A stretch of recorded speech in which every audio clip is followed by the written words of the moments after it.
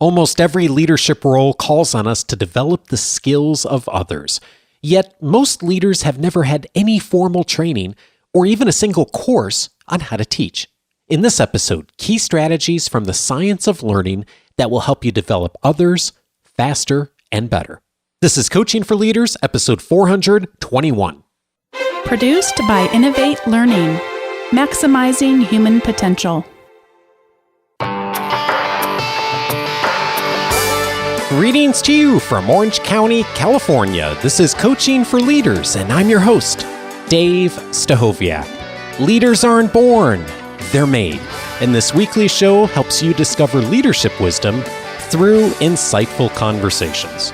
One of the key skills that all of us tap into as leaders is teaching others. We don't always call it teaching, and we may call it training, we may call it skill development, but really part of the role of a leader is being a teacher. Oftentimes we have a little bit more experience in something that we have delegated to someone else, or we're helping someone to maybe explore a skill for the first time, and we need to take on the role of teacher or trainer.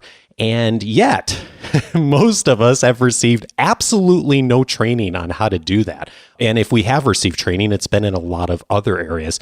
Today, we're going to take you back to school and really explore some of the science behind how to teach in a more powerful way and how to use a couple of key practices that will help you to help others to learn effectively. I am so thrilled to welcome to the show today Pooja Agarwal. She is an expert in the field of cognitive science and is passionate about bridging gaps between education and the science of learning. Pooja's research has been published in leading peer-reviewed psychology journals and featured in the New York Times, Education Week, and Scientific American. She is the founder of retrievalpractice.org, and she's an assistant professor at the Berklee College of Music, teaching psychological science to exceptional undergraduate musicians. She also serves as a consultant and facilitates professional development workshops on the science of learning around the world. And she's the author, with Patrice Bain, of the book Powerful Teaching: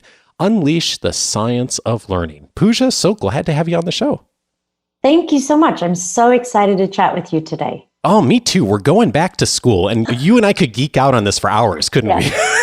So there's so much that we can do, some of the key things to help people to learn. But before we get into it, one of the things you mention in the book is that the science of learning sits dormant in academic journals rather than being easily accessible. And that just struck me as so true, that most of us just have had almost little or no instruction on how to help other people learn, have we?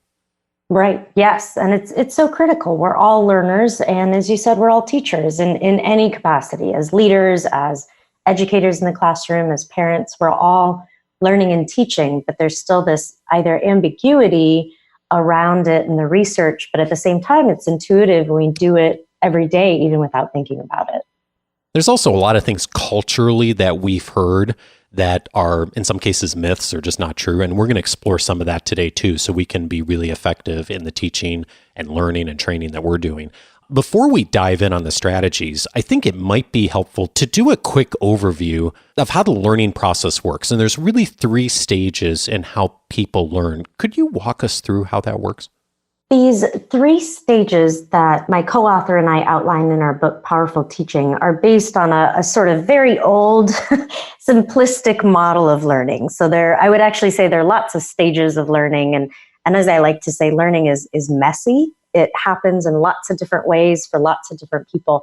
But I do think this earlier 3-part model is a really helpful framework. So the first stage is what we call encoding. And encoding is getting information into our heads. So actually listening to this podcast is a form of encoding, or reading a book, or watching a TV show. We're all sort of inputting information and getting it into our heads. So that's the first stage, encoding.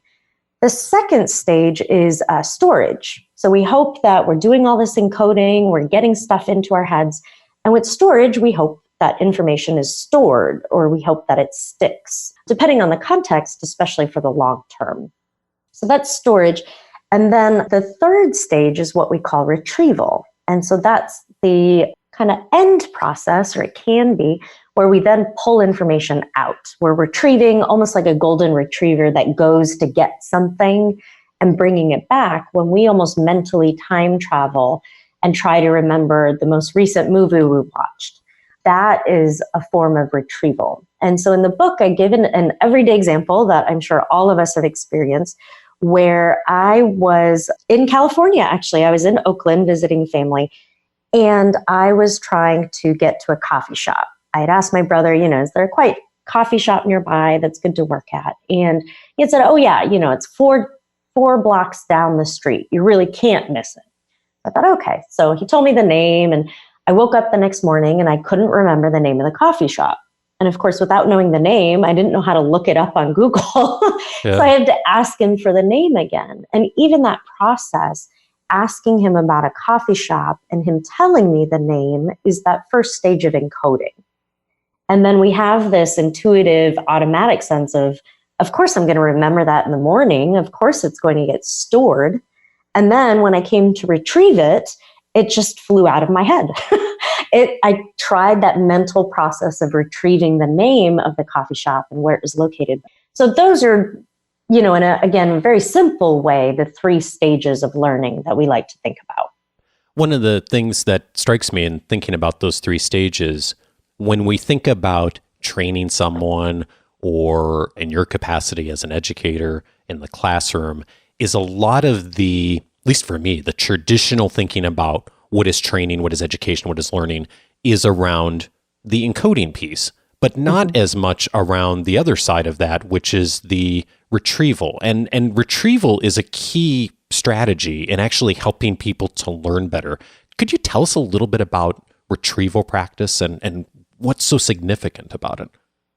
I completely agree. That third stage just kind of goes by the wayside. And with retrieval, we often, in educational settings, in higher ed, for instance, we often think of retrieval as showing what you know.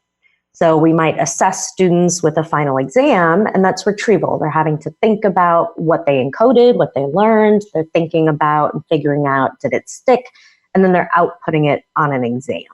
So we often think of retrieval as just that assessment. Did you learn something and did it stick? But what I find fascinating, and I love talking about retrieval, is that we learn when we retrieve.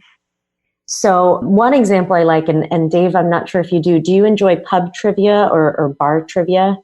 I'll tell you after you tell me what's next. Well, aside from the beer and the social aspect.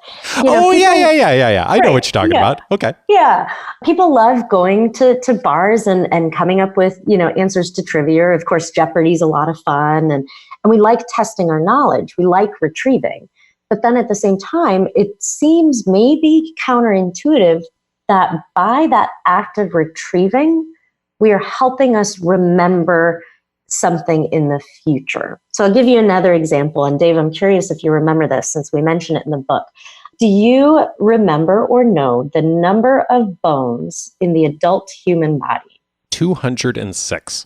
206. You remembered, right? So how do you think you remembered? What was that process for you of thinking about the number of bones?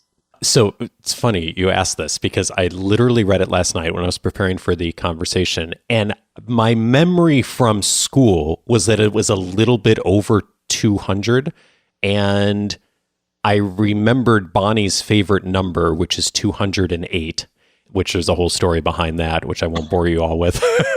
And then I thought, well, it must be close to that. And then when I read it, I thought, oh, it's a little less than 208. So that was my just mnemonic for remembering that and tying it to something else I already knew. Great. And that's where learning is messy, but it's also intuitive, which I think is another aspect fascinating about the three stages and about retrieval is we do learn when we use stuff. And it's a practice makes perfect. I heard someone recently share that what they like to say is practice makes permanent. And so even by asking those questions in our book or asking those questions, we will remember it more than if I had just simply told you.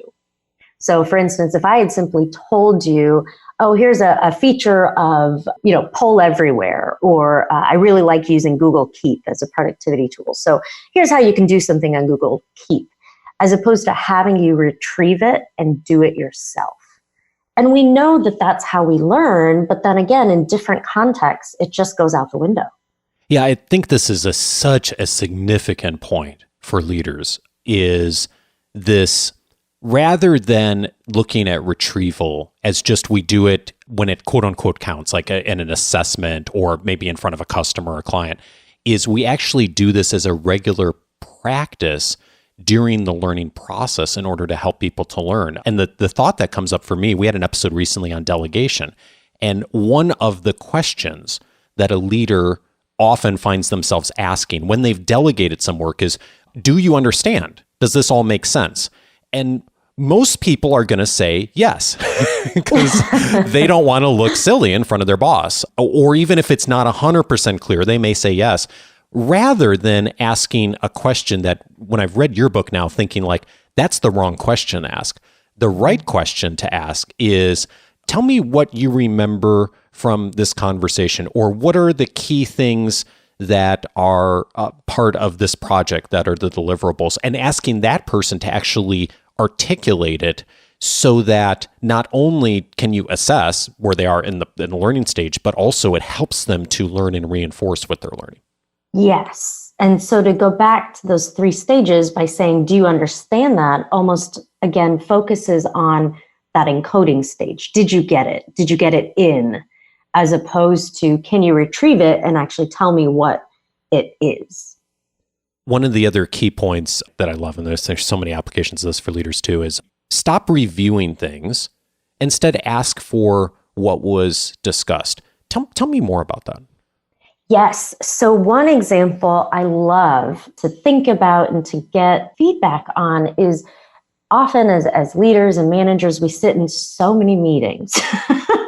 And of course, they're not always productive. And we often default, and I'm not sure if it's just we default because we don't think about it or why, but we often start meetings with, all right, here's what we did in the last meeting, so here's what we're going to accomplish today. Yeah. And instead of just reviewing, even going through the minutes, for instance, instead of just reviewing what happened last time, an aspect of retrieval that is so much fun, and we can talk about how you build a supportive culture around this, but it's fun to say, actually take a minute and write down what you can remember from the previous meeting. And then whether you dedicate another minute to discuss that or just move on, you have helped people mentally retrieve and improve their learning and memory. So they're going to better latch onto, they're going to better understand the content of the present meeting, as opposed to simply having been told, here's what we did, so let's move on. And one of the things that's so fascinating is, in addition to this not taking any longer, the results are really remarkable when you look at the research and some of the studies. And I'm curious if you could give us an example of just what you found in the research when you're doing retrieval practice versus when it's not done. This is a really interesting interplay between how we try to learn things initially and then how we try to retrieve them. And what a lot of research shows is that what helps us learn in the short term does not help us remember in the long term. And of course, depending on the context, we may only need to learn something for a short period of time, but I think often in life, as managers, as leaders, as employees, we want to remember stuff for the long term. It's so frustrating to have to rehash things over and over, right? And so if we can do something to help promote that long-term learning, is just so much beneficial in that long run. So an example from research and from the classroom is where when students cram for exams. And so Dave, you probably have had the experience of having a final and cramming, right? Oh yeah. Yeah. And we all do it. And there's no blame on students. That's actually how we learn. That's a really smart study strategy to cram in the short term. So cramming helps you ace that exam the next day.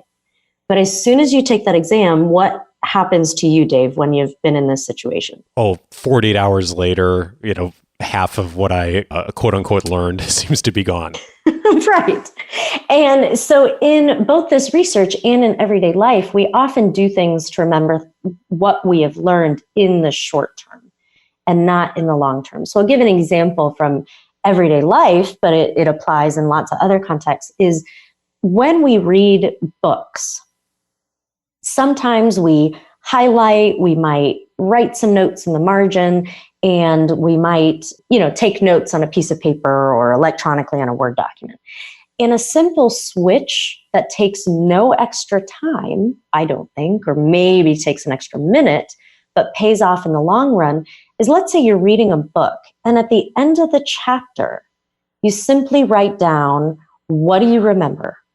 Or you write down, what are the 3 key points? You close the book and you make yourself retrieve.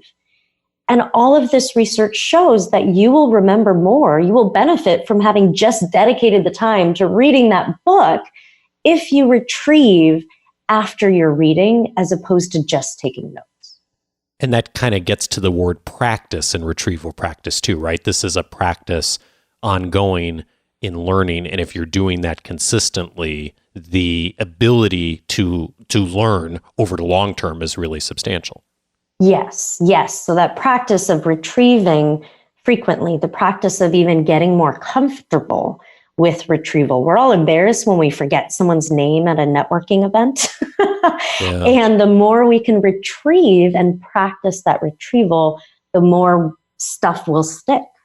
It's really remarkable to me looking through the research of how substantially different the numbers are. As you say, cramming does work in the short term, but if you really want to learn something, the retrieval practice, it's a night and day what the research shows on how much of a difference it is. And I think that one of the things I'm hearing you say is that for things that really matter, I mean, we've all taken exams and taken certifications, things like that maybe we needed to check the box for whatever reason. But for the things that really matter to learn in the long run, or the things that we're teaching others, if we can incorporate some aspect of retrieval practice, not just at the assessment point or the exam or the certification or the quality inspection, but along the way, that's huge. And our need to then have to go back and reteach and retrain things that we should have gotten the first time. Yes. Yeah. And imagine all the amount of time we spend and literally, I think, waste on training when we learn it in the short term and it disappears. And then when you actually need to know it, oh my gosh, that experience of having to relearn it gets really frustrating. Yeah, indeed. Okay, so this is one key strategy, retrieval practice. Another key one that you teach in the book is spacing. Tell us about spacing. Spacing is another research-based strategy that I like because it's, again, intuitive. It's a strategy that boosts learning based on a lot of research. And all spacing is spacing out learning over time. And it can be combined with retrieval practice really effectively. So going back to my example of when we start a meeting with our team, instead of saying, here's what we did last time, if you ask people to retrieve what they did last time, that's a form of spacing. So that kind of intervening time between your meeting last week and your meeting this week adds an additional struggle that helps you over the long term. So of course, the opposite of spacing would be cramming. You're not spacing things out, you're doing something over and over the night before or the day of or the week before, as opposed to spacing things out. So for instance, instead of learning a new software process all on a Monday, even if you spend an hour of it all on Monday, this research demonstrates that if you just chop it up a little bit and spend 20 minutes on Monday, 20 minutes on Wednesday, and 20 minutes on Friday, you will remember that process or that skill better in the long term. Cool. All right. So the last one is metacognition. What is metacognition? Metacognition is thinking about our own thinking or thinking about our own learning. So cognition referring to things that these kind of processes in our head. So thinking, making decisions, attention, memory. And metacognition, literally, meta being bigger, is the thinking process about our own thinking or being aware of our own learning. So like the example we had talked about earlier, when you ask someone, all right, are you on board? Do you get what I had just delegated or asked you to do? And someone says, yes. Well, it would be nice to foster this support and environment where people are comfortable with their metacognition in saying, you know what? I don't think I got that.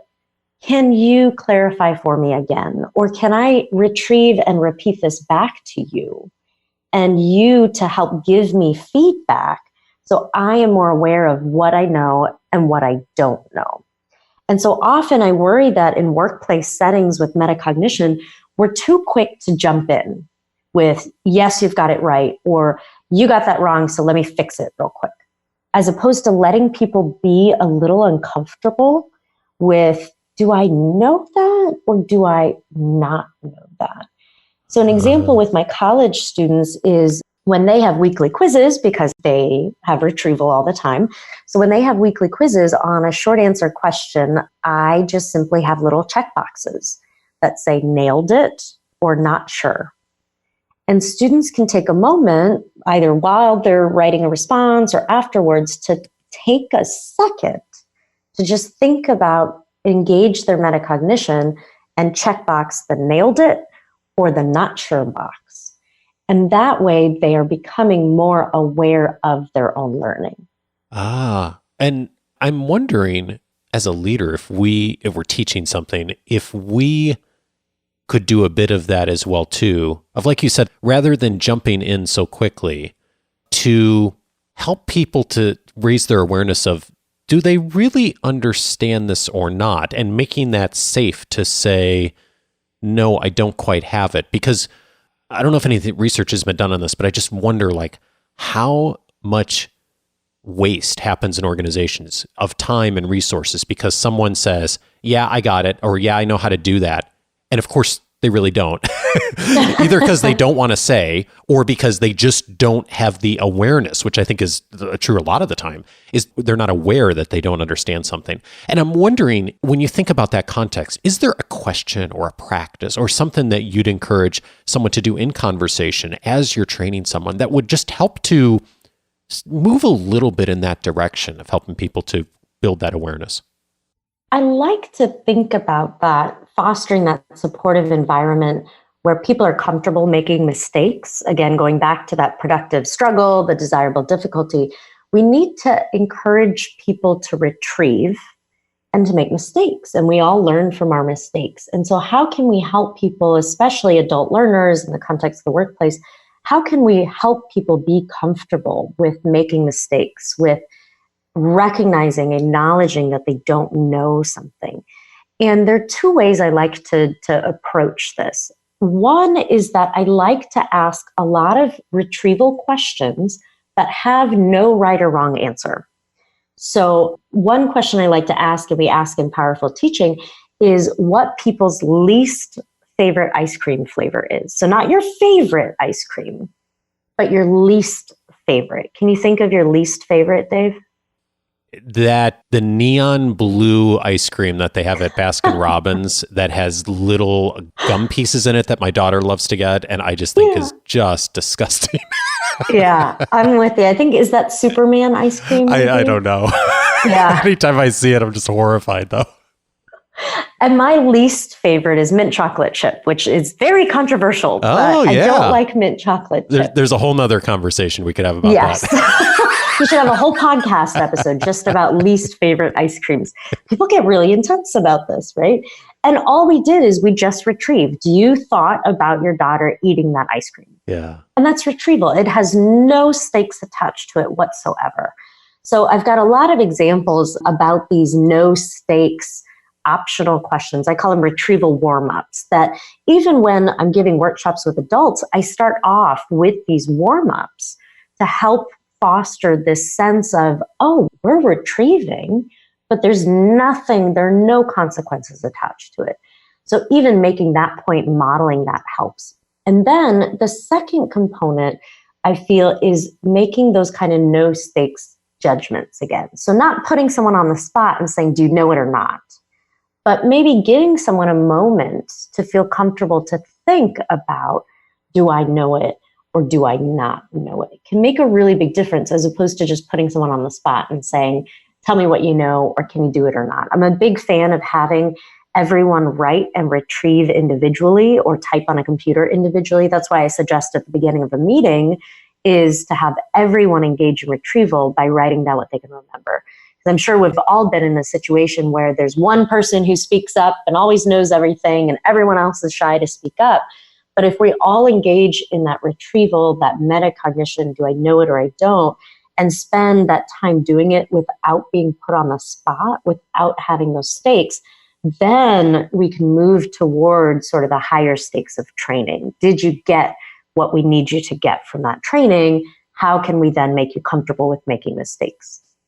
I can't let you go without talking about learning styles, because one of the probably most common, if not the most common conversation I have with leaders and folks in the workplace around learning styles is, okay, I'm this kind of a learner. I'm a visual learner, or I'm an auditory learner, or I'm a kinesthetic learner, which are the three that all of us have heard many times. What does the research say about that? The research demonstrates that we learn more effectively when we learn in lots of different ways. And we all have preferences. You know, I have food preferences. I have learning preferences. Some of us may really enjoy listening to podcasts and audiobooks. Some of us really like to read books and not listen to podcasts or audiobooks. We have preferences. But what this research demonstrates is that in a general sort of scale, maybe not so much necessarily individually with our preferences, but let's say you've got a room of people learning, employees or teams or students, everyone will retain more information over the long run when you teach, when you impart and share information in multiple ways. So when it's visual, auditory, and kinesthetic. It's interesting to me because with learning styles, we're almost saying we're all individuals, but then I worry we're actually also pigeonholing ourselves. As opposed to saying, let's present things in a lot of different ways. There's research demonstrating that that helps people in the long term. Another aspect of learning styles is that it really depends on the content. So you wouldn't necessarily learn how to play basketball by just listening. Yeah. You wouldn't necessarily learn a new software program by going, by just watching. You have to go through the motions.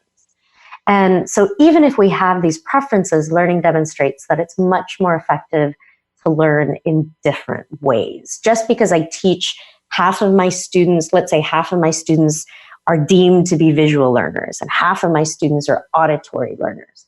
If I teach only visually, whatever that would mean, but if I taught only visually, it doesn't mean my visual preference students are going to learn more.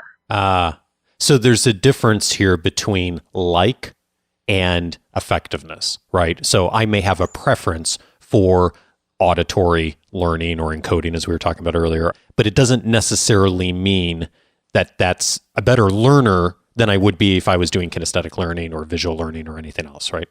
Yes. And so for any listeners who want to dive into this, I'd recommend looking at the blog and articles by Dan Willingham. He's a cognitive scientist at the University of Virginia. And he's written a lot about research on learning styles that pretty much demonstrates, it doesn't matter how I teach versus visual learners and auditory learners. We all kind of learn the same and we all learn in different ways. So Dan Willingham is a great resource who's written a lot more about learning styles and that sort of aspect of a learning myth. Fascinating. Oh, so much here. Okay, so here's what we're going to do. We're going to put links to so many of the things that Pooja mentioned in the show notes, also the weekly leadership guide. There are 2 websites that'll be helpful for folks who are looking to dive in more. Would you tell us about the 2 sites you've got that would be helpful if people want to dive in on more resources? The first site that I have that I would love for everyone to just even tinker around with, explore, be comfortable making mistakes, not that you'd make mistakes on a website, but is retrievalpractice.org. So simply retrievalpractice.org. And I send out weekly emails to about 10,000 teachers around the world. And I intend for these emails to be 30 seconds or less. They link to a resource, they share a quick strategy you can use in everyday life or in learning and teaching settings. So I'd encourage you to go to retrievalpractice.org and sign up for the email. I also have lists of recommended books. So lots of books by colleagues who have published really great resources on the science of learning. And I also have a website for my book specifically, which is powerfulteaching.org. So there we talk more about what is the content of the book. We've got some free downloads there as well for templates that people can use to really empower their teams, empower their own working, to take these strategies and make them their own. Of course, there's one thing to read a book and then to never remember it and never do anything with it. And it's quite another thing to read a book and actually be able to engage in the material and adapt it for your workplace, for the work that you do. So retrievalpractice.org, I've got downloads, recommended books, and then powerfulteaching.org, more specific for the book that I just published. Perfect. Thank you for all the resources. And for those listening, if you in particular find yourself doing a lot of training, either formally as a trainer facilitator or informally, as most of us do on a regular basis, if you're doing onboarding, if you're teaching new skills, the strategies here are so helpful. And then if that's not you, if you have a teacher in your life, either someone who's in a traditional classroom or is in a training or facilitation capacity, this is a wonderful resource for them. There's so many things, Pooja, I'm stealing to use in our academy sessions here too, going forward, just thinking about retrieval practice and how I haven't done a good enough job with that. I'm going to start changing up some of my strategies on this. So speaking of changing strategies, one final question for you is, as you've published this book and you've been going around and teaching people all over the world around how to be more effective learners, and researched it, of course, too, what have you changed your mind on in the recent past? I love that question. It makes me retrieve, it's spacing. Maybe I am doing better than I thought. Yeah. I mean, conversations are a form of retrieval. Sharing stories are retrieval. Something that maybe has changed or continues to evolve for me is the balance between research and practical strategies. So for a long time, I thought, that everyone has to know about this research. If they don't know about the research, they can't implement the strategies. So I'm going to go super into depth about this research. And over the years, I have found a balance that I hope is a lot more effective. So balancing talking about the research, but also talking about some of the practical strategies we mentioned, and also adding on that modeling component. So we've been retrieving this whole podcast episode, and I think that sort of trifecta is something that continues to evolve for me. So I guess what's changed, one thing is how I've thought about how to translate research really to leaders, to teachers, to educators, to help them do what they do better, to help them do it better over the long term. I love that, and it shows up so much in the book. There's a ton of the research, but also a lot of the practical strategies that people can pick up and use right away. Pooja, thank you so much for this conversation. I know you're going to get a lot of us thinking how to do the learning we're facilitating more effectively, whether in a formal setting or one-on-one. I so appreciate your wisdom for us. Well, thank you. And thank you for the opportunity to share the science of learning. Pooja Agarwal is the author with Patrice Bain of the book Powerful Teaching, Unleash the Science of Learning.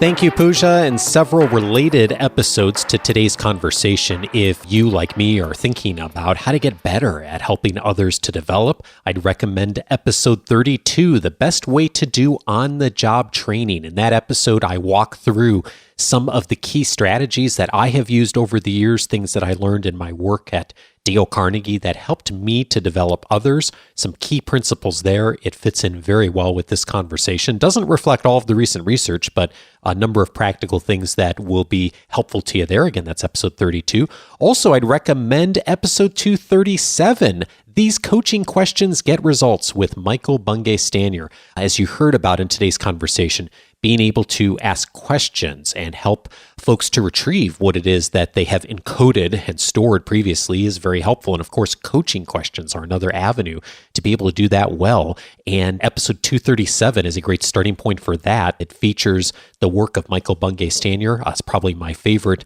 business book of the last 5 years, The Coaching Habit. And in that episode, Michael and I talk about 7 of the key questions that he teaches leaders on how to be more effective in their coaching skills to become more coach-like.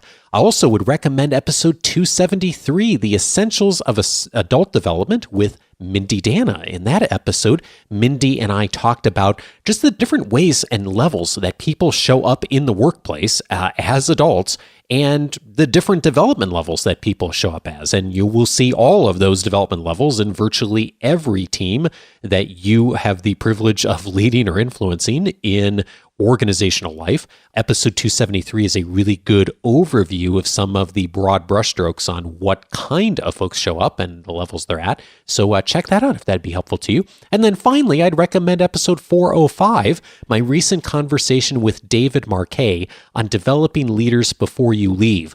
One of the key things that you may have heard David talk about in that episode is how he would have people go through a process of really repeating back what it is that they have quote unquote learned. And he didn't use the term retrieval practice, but that's exactly what he's doing. And you'll hear echoes of that throughout David's work. I know many of you are fans of his work in the book, Turn the Ship Around, and episode 405 is a great place for that. And then finally, if you haven't already come across it, I did announce a month or two ago that I have now begun airing a brand new podcast called Dave's Journal. It's separate from this show, supports some of the things that we're doing here on Coaching for Leaders, but it is a brief 5 minutes or less episode a week that features some of the thinking that I've had on some of the things that have been presented here on the show, but also just some things that I've run into across over the years that I think would be helpful for leaders. So if you haven't already checked that out, just search for Dave's Journal or just search for my name on whatever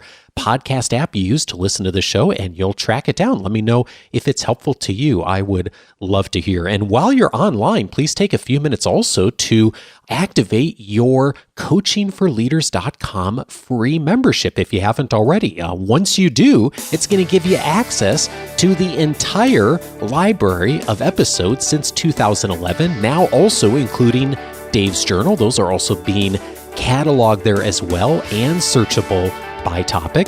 In addition, you'll get access to my weekly leadership guide coming every Wednesday, my entire personal library database online, the member casts, and a whole bunch more that you'll have access to for free. So just go on over to coachingforleaders.com and you can set up your free membership right there.